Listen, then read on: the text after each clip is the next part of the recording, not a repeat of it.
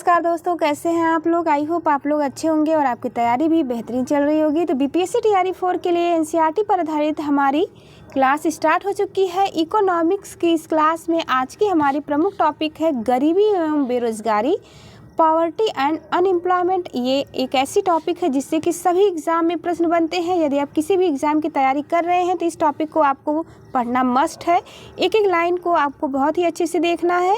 इस टॉपिक को आप पढ़ लेते हैं तो इससे बाहर एक भी प्रश्न आपके एग्ज़ाम में नहीं पूछा जाएगा। मात्र इन्हीं प्रश्नों को आपको अच्छे से तैयार कर लेना है। स्टार्ट करते हैं आज की इस क्लास को। आर्थिक एवं सामाजिक वंचना की वह स्थिति जिसमें समाज का एक वर्ग अपनी मूलभूत मानवीय आवश्यकताओं जैसे कि भोजन, वस्त्र एवं आवास की पूर्ति कर पाने में भी असमर्थ हो, उसे गरीबी कहते हैं, यानी कि पॉवर्टी कहलाती है। भारत में गरीबी के अनुमानों का आधार क्या है? तो भारत में गरीबी के अनुमानों का आधार परिवार का उपभोग व्यय माना जाता है। भारत में गरीबी को किस रूप में परिभाषित किया जाता है? कैलोरी प्राप्ति के आधार पर भारत में गरीबी को परिभाषित करते हैं। दांडेकर रथ फार्मूला किससे संबंधित है? गरीबी रेखा के निर्धारण से संबंधित है दांडेकर रथ फार्मूला। आय के वितरण की विषमता के माप की सर्वाधिक प्रचलित विधि कौन सी है? आंसर होगा गिनी गुणांक। लॉरेंज वक्र तथा गिनी गुणांक को कब और किसने विकसित किया था? मोस्ट इंपॉर्टेंट है, एग्जाम में यूपीएससी से लेकर के सभी एग्जाम में इससे प्रश्न पूछे गए हैं। क्रमशः मैक्स ओ लॉरेंज 1905 में तथा कोरेडो गिनी ने 1912 में इसे विकसित किया, लॉरेंज वक्र और गिनी गुणांक। वर्ष 1989 में लकड़वाला समिति का गठन किस उद्देश्य से किया गया था? भारत गरीबी की माप के लिए लकड़वाला समिति का गठन किया गया था। अगला पॉइंट देखेंगे, बॉक्स में दिए गए पॉइंट बेहद इंपॉर्टेंट है। निर्धनता का दुष्चक्र का सिद्धांत प्रोफेसर रेगनर नर्कसे द्वारा दिया गया था, इंपॉर्टेंट है। गरीबी उन्मूलन का नारा किस पंचवर्षीय योजना में दिया गया था? तो छठी पंचवर्षीय योजना में गरीबी उन्मूलन का नारा दिया गया। बहुआयामी गरीबी सूचकांक की गणना में किसे इकाई माना जाता है? परिवार को माना जाता है। भारत में गरीबी की गहनता की माप के लिए सबसे उपयुक्त मानदंड क्या है? बहुआयामी गरीबी सूचकांक है भारत में गरीबी की गहनता की माप के लिए। संयुक्त राष्ट्र विकास कार्यक्रम यूएनडीपी के अनुसार गरीबी बहुआयामी होती है। इस संदर्भ में उसके द्वारा एक बहुआयामी निर्धनता सूचकांक जारी किया जाता है। इस सूचकांक में शिक्षा, स्वास्थ्य और जीवन स्तर से जुड़े 10 मानकों का प्रयोग किया जाता है। मोस्ट इंपॉर्टेंट है, यूएनडीपी का फुल फॉर्म भी पूछ लिया जाता है तो इसे याद रखेंगे, संयुक्त राष्ट्र विकास कार्यक्रम। भारतीय समाज में तीव्र सामाजिक परिवर्तन के लिए क्या उत्तरदायी है? आधुनिक विज्ञान प्रौद्योगिकी, सामाजिक नियोजन तथा जनसंख्या वृद्धि उत्तरदायी होती है भारतीय समाज में तीव्र सामाजिक परिवर्तन के लिए। अगला पॉइंट हमारा है, भारत में अधिकांश बेरोजगारी किस श्रेणी की है? संरचनात्मक यानी कि स्ट्रक्चरल बेरोजगारी पाई जाती है भारत में। बंधुआ मजदूरी जिसे उन्मूलन कहा जाता है, यानी कि बंधुआ मजदूरी उन्मूलन अधिनियम कब पारित किया गया था? तो 1975 में बंधुआ मजदूरी अधिनियम पारित किया गया। बंधुआ मजदूरी को समाप्त करने के लिए इस अधिनियम को लाया गया था 1975 में। भारत में परिवार नियोजन कार्यक्रम किस वर्ष प्रारंभ किया गया? वर्ष 1952 में परिवार नियोजन कार्यक्रम स्टार्ट किया गया था। अत्यधिक कुपोषण के कारण किस राज्य को भारत का इथियोपिया कहा जाता है? मध्य प्रदेश को अत्यधिक कुपोषण के कारण भारत का इथियोपिया कहा जाता है। राष्ट्रीय सामाजिक सहायता कार्यक्रम का क्या उद्देश्य है? अत्यधिक गरीबी हेतु इट्स मीन अत्यधिक गरीबों हेतु वृद्धावस्था पेंशन, याद रखेंगे इस पॉइंट को। अगला पॉइंट है, तेंदुलकर समिति ने भारत में गरीबी रेखा के नीचे कितनी जनसंख्या के अनुमान का आकलन किया है? तो 37.2% आकलन किया गया है तेंदुलकर समिति के द्वारा। गरीबी क्षमताओं का अभाव है, यह कथन किसका है? प्रोफेसर अमर्त्य सेन का यह कथन है कि गरीबी क्षमताओं का अभाव है।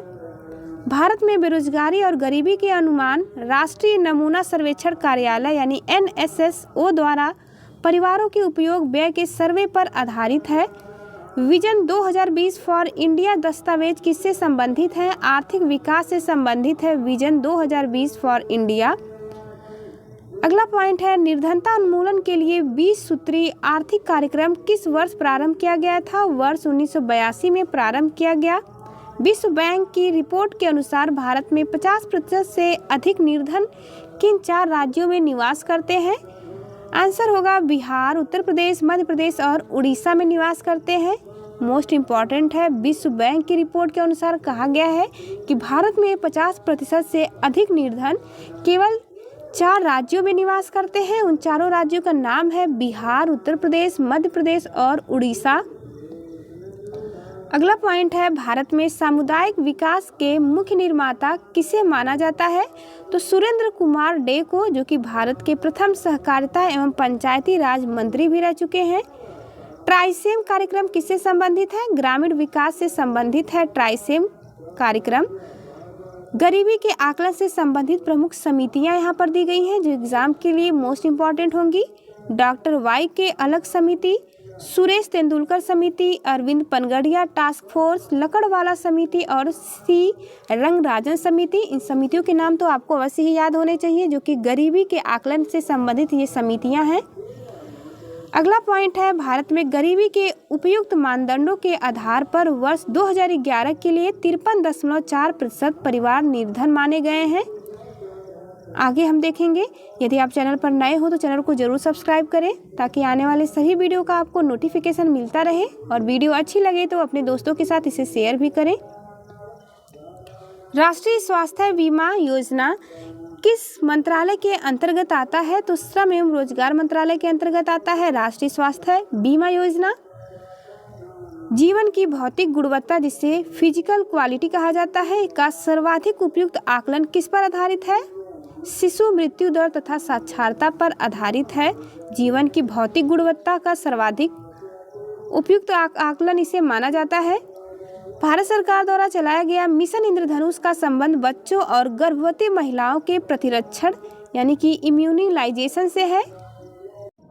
मिशन इंद्रधनुष के अंतर्गत बच्चों का टीकाकरण करवाया जाता है, जो कि उन्हें इम्यून पावर को बूस्ट करता है। बच्चों और गर्भवती महिलाओं के प्रतिरक्षण के लिए भारत सरकार का एक बहुत ही महत्वपूर्ण मिशन है मिशन इंद्रधनुष, जिसे इम्यूनाइजेशन कहा जाता है। स्वच्छ भारत कार्यक्रम हेतु केंद्र सरकार ने कितने प्रतिशत उपकर लगाया है? आंसर होगा 0.50%। राष्ट्रीय ग्रामीण स्वास्थ्य मिशन किस पंचवर्षीय योजना में प्रारंभ किया गया था? आंसर होगा 10वीं पंचवर्षीय योजना में। अगला पॉइंट है प्रथम राष्ट्रीय स्वास्थ्य नीति की घोषणा कब हुई थी? वर्ष 1983 में की गई थी। एड्रागोगी किससे संबंधित है? प्रौढ़ शिक्षा से यानी कि एडल्ट एजुकेशन से संबंधित है एड्रागोगी। प्रधानमंत्री जनधन योजना का मुख्य उद्देश्य देश में वित्तीय समावेशन को प्रोत्साहित करना है। अगला पॉइंट है प्राथमिक शिक्षा के सार्वभौमिकरण के लिए सर्व शिक्षा अभियान किस वर्ष प्रारंभ किया गया था? वर्ष 2001 में। मोस्ट इम्पॉर्टेंट क्वेश्चन है ये। सर्व शिक्षा अभियान कब चलाया गया था? तो वर्ष याद रखेंगे, वर्ष 2001 में चलाया गया था।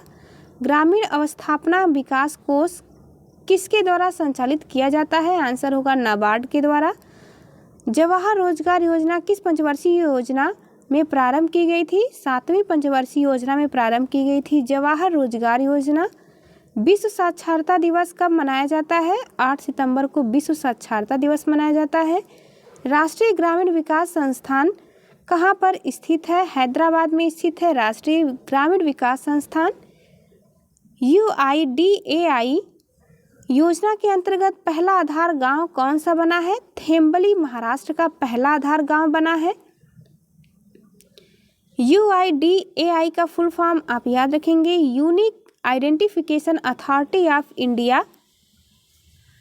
अगला पॉइंट है आधार प्रत्येक भारतीय नागरिक को विशिष्ट पहचान संख्या उपलब्ध कराने के लिए एक योजना व्यापक है। आगे हम देखेंगे ग्रामीण विकास से संबंधित महत्वाकांक्षी कार्यक्रम पूरा को सर्वप्रथम डॉक्टर APJ अब्दुल कलाम ने प्रारंभ किया था, जिसका फुल फॉर्म आप याद रखेंगे। पूरा का फुल फॉर्म है provision of urban amenities to rural areas. अगला पॉइंट हम देखेंगे, भारत सरकार द्वारा संचालित सबके लिए आवास योजना कब तक पूर्ण करने का लक्ष्य है? 2022 तक का लक्ष्य रखा गया है, जिसे कि अब बढ़ा करके 2026 तक कर दिया गया है। मध्याह्न भोजन हेतु प्रबंध तथा वित्तीय व्यवस्था किसके द्वारा की जाती है? आंसर होगा मानव संसाधन विकास मंत्रालय द्वारा। भारत में अक्षय पात्र फाउंडेशन का संबंध प्राथमिक विद्यालयों को मध्याह्न भोजन वितरण कराने से है। अगला पॉइंट है, संयुक्त राष्ट्र संघ ने किस वर्ष सबके लिए शिक्षा का लक्ष्य निर्धारित किया था? वर्ष 2015 तक। ऑपरेशन ब्लैक बोर्ड किससे संबंधित है? प्राथमिक शिक्षा से संबंधित है ऑपरेशन ब्लैक बोर्ड। भारत में शिक्षित बेरोजगारों का सर्वाधिक प्रतिशत किस राज्य में है? केरल राज्य में। केरल सबसे अधिक साक्षरता वाला राज्य है। लोकनायक जयप्रकाश नारायण के जन्म दिवस पर कौन सी योजना प्रारंभ किया गया था? सांसद आदर्श ग्राम योजना, जो कि 11 अक्टूबर 2014 को स्टार्ट की गई थी। समन्वित ग्रामीण विकास योजना का मुख्य लक्ष्य ग्रामीण क्षेत्रों में गरीबी रेखा से नीचे के परिवारों को रोजगार दिलाना है। विभेदीकृत ब्याज योजना का उद्देश्य किस उद्देश्य हेतु रियायती ऋण प्रदान करना था? तो आंसर होगा गरीबों को खाद्य सुरक्षा हेतु। अगला पॉइंट होगा, विकसित देशों में किस प्रकार की बेरोजगारी पाई जाती है? चक्री तथा घर्षण बेरोजगारी विकसित देशों में पाई जाती है। हथकरघा क्षेत्र में राजीव गांधी शिल्पी स्वास्थ्य बीमा योजना किस मंत्रालय के द्वारा शुरू की गई थी? कपड़ा मंत्रालय के द्वारा शुरू किया गया था। हथकरघा क्षेत्र में सरकारी स्तर पर परिवार नियोजन कार्यक्रम सर्वप्रथम किस देश में अपनाया गया था? आंसर होगा भारत में। अगला पॉइंट है, विभिन्न आर्थिक क्षेत्रों में कार्यबल का वितरण किस प्रकार से किया गया है? तो क्षेत्र हम देखेंगे, प्राथमिक क्षेत्र में संलग्न कार्यबल है 41.49%। द्वितीयक क्षेत्र जो कि औद्योगिक क्षेत्र से संबंधित होता है, इसमें कार्यबल सम्मिलित है 26.18%। और तृतीयक क्षेत्र में जो कि सेवा क्षेत्र के नाम से जाना जाता है, इसमें शामिल है 32.33% कार्यबल। अगला पॉइंट है, इसमें ध्यान देंगे, सबसे अधिक कार्यबल भारत में शामिल है 41.49% प्राथमिक क्षेत्र से, यानी कि कृषि सेक्टर से। यदि कोई व्यक्ति प्रतिदिन 8 घंटे कार्य के साथ 273 दिनों तक रोजगार में है तो उसे पूर्ण रोजगार युक्त कहा जाता है। यदि उससे नीचे है तो उसे पूर्ण रोजगार नहीं कहेंगे। अगली टॉपिक हमारी होगी अंतर्राष्ट्रीय संगठन, मोस्ट इम्पॉर्टेंट है। चलिए मिलते हैं आपसे अगली वीडियो में। जाते जाते चैनल को लाइक से सब्सक्राइब करना ना भूलें।